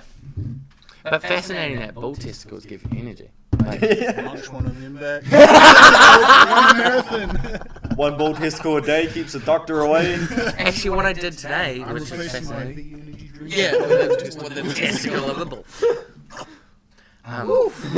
What I did this morning, which I heard on the radio like 2 years ago, the hosts were like, oh, we took our Barocca this morning, and so I was doing the supermarket shopping yesterday, and I was like, okay, so you're going to live this like fantastically healthy life, and you're going to drink water and no V anymore. And I was like, okay, let me get some Barocca. So that's what I did this morning. I had Weet-Bix and milk and Barocca. And it was super fun because you got to put the tablet in the water and it was like, They're pretty cool. yeah, hard. And at first I was like, oh, this is going to taste like shit. So It tastes good. They're all right. They taste fine. They're perfectly fine. Yeah, A little bit of totally an odd drinkable. aftertaste, Hey, but it's not a little bit different, but it's not too bad. That's not like You can you put could up probably with get a it. weirder aftertaste from kombucha. Like, Yeah. like, so I did that this morning, so I was feeling really good about myself. But and I brushed my hair, put hairspray on, which I never really do. Like, Yeah. so I'm really starting to lean right into the self-love thing. If you can do that, it will help you greatly. I was explaining it to Colt last night and said to him that I will probably mention this in this podcast today. But yes, if you can look after yourself in any physical way, then your mental health will go up too. 100%. Like, as I was explaining to Colt, a lot of the bad thoughts that come flowing into the mind, like, you don't have control over that. Like, you don't think those thoughts up because you want to. Yeah. Right. They come up because you're in a bad state. You're in a bad way. You're not looking after yourself. You start looking after yourself, and your brain starts thinking in better ways. Yeah. We think we have full control over everything that goes on in the body and consciousness, but we don't. No. Not quite. No. You can gain control over a lot of it, but Yep. most of it is very natural. And sometimes having control over a certain thing can do more damage than just letting it be, like your thoughts. Yeah. This is something that I find I'm helping a lot of my younger friends with, is this idea. It's very similar to exactly what you're saying. You know, your thoughts are not necessarily you. Like, I've had some real out the gate thoughts that I'm like, whoa, that makes me a bad person because I've thought of that. No. If I can just tell myself, no, that's my brain that just came up with that neural pattern there. That's not who I am. Yeah. And you can accept and just allow that thought to be. Just like traffic on a highway. Just, instead of chasing after it, you know, like you just Let let it go it by. be. You're like, okay, what can I, my question is, can I learn anything from that thought? If I can learn anything about myself or about my experience in this journey or anything, sweet, I'll try and take that from that, but otherwise, I'm gonna let it go. Yeah. Because it's just not worth.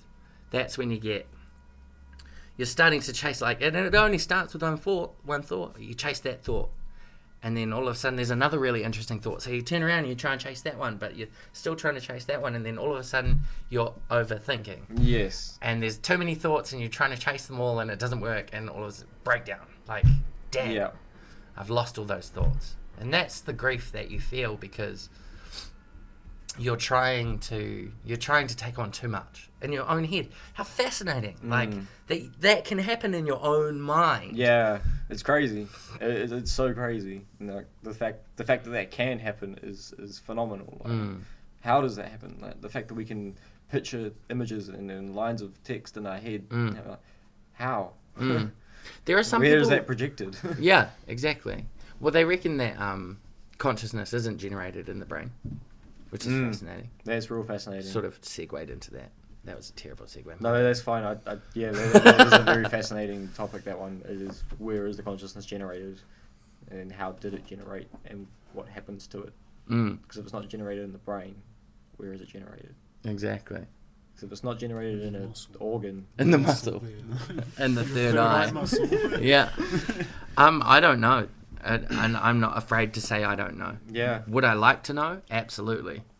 Fuck yeah. But the only sort of thought as far as consciousness goes that I've sort of been entertaining recently is that consciousness, or life as we experience it, is consciousness experiencing itself. That's it. And I can't really unpack that. I understand to a point, and I hope others understand when I say that, but like, and that's assuming that my soul is your soul, is his soul, is their soul, and we're all just, because time isn't linear as we experience. Yeah. Time is another dimension. Yeah. And I tried to explain this to a friend the other day, and they're like, "You're a raving lunatic." And I'm like, "No." We're actually fucking clever. Yeah, well, I don't know about that, but I don't know. I try and entertain different things. Yeah. Well, like, so you've got height, width, and length. Those are 3 dimensions. Yep. Where do you go from there? There is no more space to explore. That's all of the space that there is on that dimension. Well, what about the building that existed in 1970 in that place versus 2000? The building's not there anymore. So then obviously time is a dimension too. Yeah. But that's not linear as we experience it. No. I'm sure you've done your research on Flatman and how he experiences 3 dimensions and why we can't understand or experience 4 or 5 dimensions? I probably have heard like the ideas behind it, but explain to me your understanding. For the podcast, we do it for the people. I love it. So imagine, if you will, this is perfect. A perfect table too, by the way. I built this. Did you do it? Yeah. Really? I built it at work. Cost me $80 in timber. That's expensive for timber. Well, we're at a timber shortage at the moment in the country. Yeah, we are. Yeah, Because we it's big export time. it all. Oh my god. Yeah, we've Let's been busy not go exporting into it. that. We actually do. All of our product, we're the paradise land, but we just sell all We that just shit sell everywhere. everything and don't give any of it to us. I had to buy wet wood. The legs are wet because I couldn't get dry wood the day I brought it. There was no that's dry such 4x2. a Kiwi thing, eh? You go to the timber shop. Yeah. We got some wet We got stuff some trying to wet. make We got some wet like- 4x2 and that's it, eh? Oh, at least it's treated though. Yeah, it's treated as it was just all wet, but it's starting to dry out. Which is good. So let's talk about Flatman. I feel like Mike deGrasse Tyson. Is it Mike? Neil. Why did I say Mike? Mike Tyson? Mike Tyson. Neil deGrasse. Yeah, Yeah, I yeah. think that was the The fighter and then a space knowledge person. Mike. Yeah. Two completely different things. Yeah, my cognition just misfired there. Sorry about that. I feel like Neil deGrasse Tyson, like saying this is how it is, and it's probably not. It's a theory, and that's cool. I like entertaining theories. There is no way to prove it, but logic dictates that it could be true. Yeah. So, and you're like, okay, sweet. So entertain this possibility. So imagine if you were a 2-dimensional flat man or woman, whatever, gender fluid robot, like it doesn't matter. Being. There we go. And you can only go this way and this way. Yeah. You can't go up or down or experience any other dimension. Yeah, then flat ground. Right. So you're wandering around on this flat plane and you've got a sphere, like a tennis ball, that exists because there are 3 dimensions. They exist. Flatman doesn't know that the 3rd dimension exists. Yeah. So you take this sphere and you drop it through flatland. The flatman is going to experience, he's not going to experience a 3-dimensional ball. No. He's going to experience a circle that pops out of nowhere and increases in size, reaches its peak and then closes off and disappears again. Yeah. That's his perspective of 3 dimensions. Yeah. But our perspective of 3 dimensions is it's a beautiful ball. Yeah. So there's this theory a lady in the States, I think, has come out with, is that there are 3 dimensions of space and there are also 3 dimensions of time, being another form of dimension. So we as three-dimensional creatures are experiencing time in the 4th dimension, but that's linear. It can only go one way. Yeah. So we haven't even explored time on its entirety in that dimension. We've been stuck in one line. Right. Yeah. So then you start to entertain, okay, well, how do you, assuming that all of this is logical, how do you experience time cubed? Because that's the 3rd and final form of time as a dimension, right?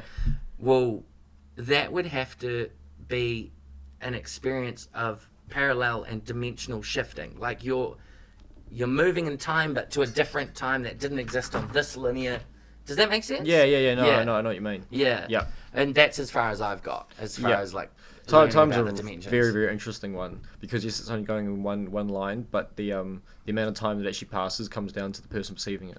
Yes. Oh, and that's a fascinating It's experience. different isn't for it? everyone. Oh, yeah. All right, Yeah. but for me, like current time that passes, like seconds, I obviously feel how long a second is. My perception of that is going to be very similar to anyone else's perception of that. Sure. But for a very long time, my perception of the past was a lot longer of a distance in time than what it is now. I realised how actually short it's been since we started actually realising things and becoming conscious and inventing things, right? Like I used to think like the wars and stuff, they happened a long time ago, like long fucking time ago, ancient history. It's not ancient history, it happened in the past 100 years. Right, like Less than that for World War II. exactly. It's Cell only been 100 phones, years Yeah. yet. cell phones are like, I only just missed the birth of them in my time. You know, like it's honestly crazy how far we've come in such a short space of time. The past 400 years. Every just like jumped. actual amazing event that human race has done has been in the past 150, 200 years. Like it's actually crazy, and I don't think a lot of people realize how short of a time that is. That it's only about 4 or 5 generations of people. That's like your great-great-grandparents and their parents. It's not that No. far long ago. Like, It's not. But, like, perceivably, that's like, yeah, totally. And now Tesla has ended the Ice Age, which is unreal. The Ice Age? The internal combustion engine. Oh, no. Have you Yeah. seen the stats on the new Tesla Model S Plaid? I've heard Joe talk about it a lot. Oh, yeah. Yeah. Oh, I haven't heard him talk because I'm still way back when he first started. Yeah. But yeah, Joe's got a Tesla. does he? Yeah, when Elon Yes! when Elon first came on, he said to Elon, he was like, "Tell me what to get and I'll buy one." Yeah, hard. And he's like, "Oh yeah, get a Tesla Model. Did you get the Model 3 or Model S? Model S, I think he I got. think so. Yeah. Oh, yeah. This was back when it was the first Model S came out. So I'm all he's stuck about on that Tesla one. now that I've done my research. Same. On it. I Before was- I was like, no, Yeah. hail the mighty internal combustion Yeah, engine. yeah. Like I love petrol, and I don't think like I would own solely own an electric car. Sure. You know, I'm not going to go buy an electric car to get rid of my petrol car. Yeah. I'll go buy an electric car because they're fucking amazing. You can't compete with technology that's better.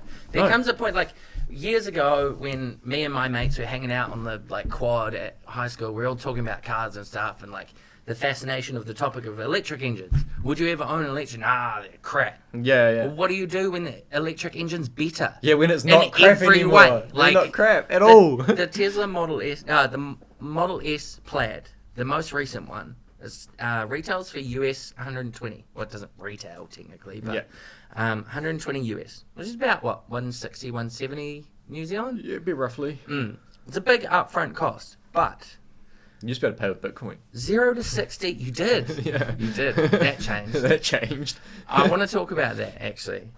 But the Tesla Model S Plaid goes 0 to 60 in 1.99 seconds. Yeah, that's insane on its own. Isn't he trying to get the Roadster even faster than that? The next Yeah. Roadster? Yeah, it's an 8-second car, the Roadster. Well, that's what he wants anyway. 8-second car from the factory, bro. Yeah, and What? on an electric It's better engine. than the, What? than what Dodge produced. Yeah. Yeah, did you see the most recent? Oh, I don't know if it's the most recent, but they released the Dodge Ram, like 1100 or something, and its factory got or 1400 horsepower. 1400 horsepower factory. From the factory. This new Ram is Jesus. yeah. Because you need it. Well, totally America. need it. Yeah, America. I was like, I'm not. I would 10 years ago, but now no. Like, give it 20 to 50 years and there won't exist. Like, the majority will be electric vehicles.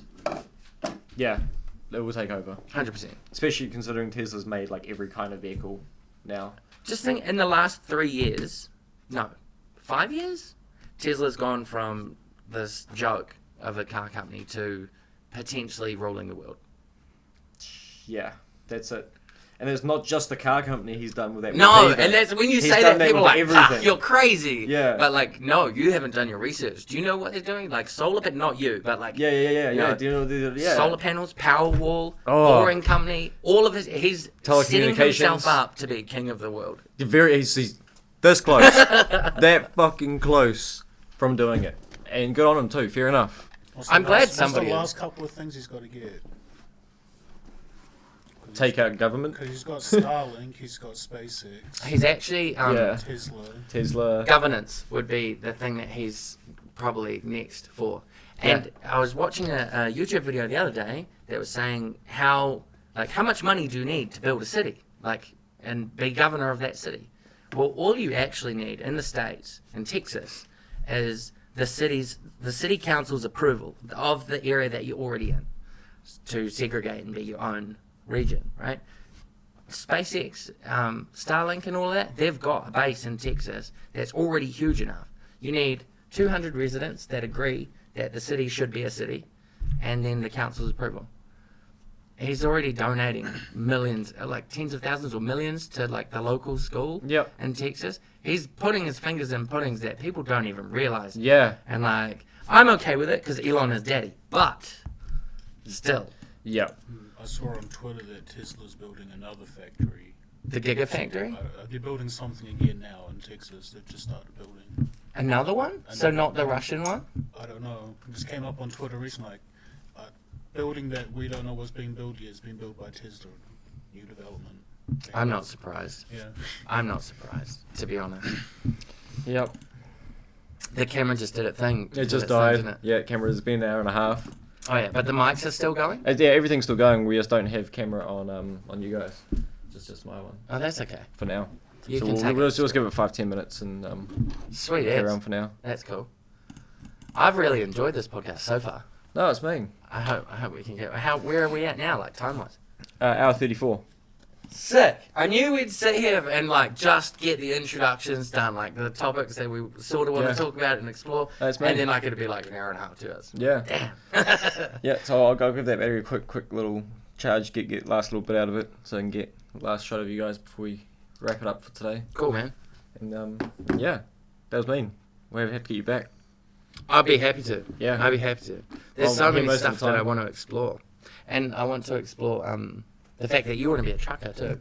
Oh my, Like- yeah, I never bothered bringing it up because I don't want to butt into conversations. Yeah, my dad and granddad are both truck drivers, so it's probably something to do with it. If you can live with being alone, if you enjoy your own company, then That's what I absolutely. want in life. Yeah. Oh well, Sorry. then trucking's probably for you, It's mate. exactly Like, go for for him. it. Yeah.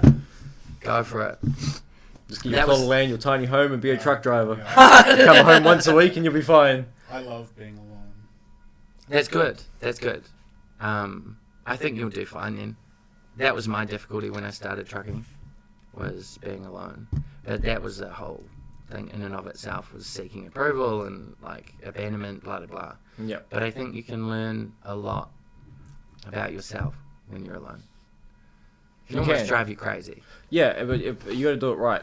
So I spent some time before, because I used to live in Woodville, and before that I used to live in Lower Hutt. When I was living in Lower Hutt, I smoked a lot of shisha. Like I got my hookah down there. Is Just it as an a actual point. hookah? Yeah, I got a nice big one. Yes. Cool. And Dang. I used to sit outside every night for like 2-3 hours. I got Do you really still good. smoke it now? Every now and then, I pull it out for occasion. I want to drill a hole in here because the bowl sits just high enough above the table that I can actually put the It shisha actually under does the table. though.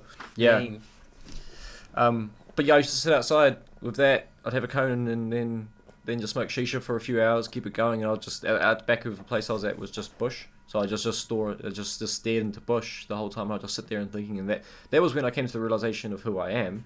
I just spent days and days and days after work every day doing that, and it's what Was motivated that me frightening, that first encounter with it? No, not really. It Or was more, there a build-up? It was more like my first encounter as in what, working it out, or my Yeah. first encounter doing it physically. Yeah, not working it Working out. out, no, it was a relief. Yeah, cool. Because yeah, I let yeah, go of a lot of stigmas that I had planted in my head. Yeah. My dad told me like my entire life never to come home and tell him that I'm gay. So like I always just would push ideas to the back of my head because I'm like I don't want to have to deal Because with you that don't- with my yeah. father. And yeah, well when I actually decided to actually start thinking about it and then worked it out and stuff, and yeah, it was more of a relief than anything. It's been harder doing everything else than it was working it out. One thing that I can really appreciate about the female culture, I suppose, or that side of like society, is makeup, man. Like that's art to make, like just pretty colors and like it's fascinating, and they're really good at it. Man, women are witches. You don't even like. Yeah. I mean, you understand, but like Don't most men understand. don't. No, they because have they no just want idea. there drinking their beer and be like, oh yeah, she's got Yeah. a nice ass, but really she did her contouring on point. Point. Yes. That's so true. Do you mind if I have a drink? That's all good. We'll wrap this up. Oh, yeah. I'll get that camera back up.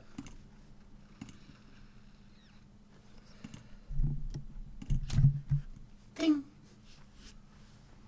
Oh, it's already doing the peace sign after the camera. All right, there we go. All right, well that was mean.